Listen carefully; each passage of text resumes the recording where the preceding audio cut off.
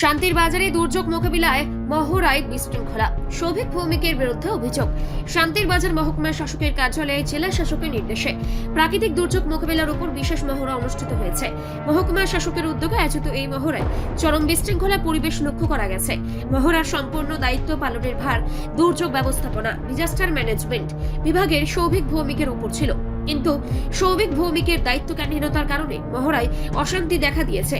অংশগ্রহণকারীদের মধ্যে অসন্তোষের পরিবেশ সৃষ্টি হয়েছে। আগের দিনগুলোতেও সৌভিকের বিরুদ্ধে নানা অভিযোগ উঠে এসেছে, কিন্তু মহকুমা শাসক নীরব দর্শকের ভূমিকায় রয়েছেন।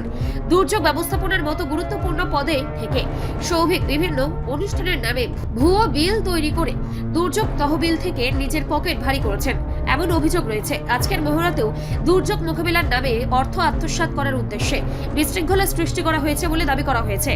বিগত বন্যায় ক্ষতিগ্রস্ত অধিকাংশ লোক সঠিক ক্ষতিপূরণ পাননি, এই অভিযোগও সৌভিকের বিরুদ্ধে উঠেছে। সৌভিকের কথা মতো মহকুমার শাসক চলেছেন বলেও অভিযোগ রয়েছে। শান্তির বাজার মহকুমার বাসিন্দারা দাবি করেছেন জেলা শাসক এই বিষয়ে সঠিক পদক্ষেপ নিন। জেলা শাসকের আদেশে আমাদের সাব ডিভিশনে শান্তিবাজার সাব ডিভিশনে মহড়া করেছিলাম ফায়ার এবং আর্থকুইকের উপরে। টোটাল 4টা জায়গাতে হয়েছে মহড়াটা। আমাদের শান্তিবাজার এসডিএম অফিসে, এসএমসি, বগাফা আরডি ব্লক এবং জুলাইবাড়ি আরডি ব্লক। এখানে আমরা মূলত আর্থকুইক হলে এবং বা ফায়ার অ্যাক্সিডেন্টে আমাদের একটা সাইরেন ইনস্টল করা হয়েছিল। পুরো দক্ষিণ ত্রিপুরাতে হয়েছে, আমাদের নিজের অফিসেও হয়েছে।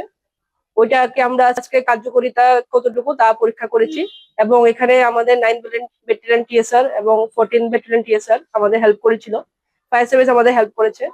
এখানে আমরা মহড়াতে টোটাল 4 জনকে রেস্কিউ করেছি আর্থকুইকের, এবং ফায়ারে 2 জনকে রেস্কিউ করা হয়েছে।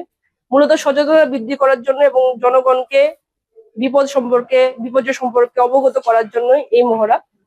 তো এই মহড়া আমাদেরকে পরবর্তীকালে যখন প্রকৃতভাবে বিপর্যয় হবে ওটা থেকে সাবধানে থাকার জন্য এবং প্রস্তুত থাকার জন্য সাহায্য করবে।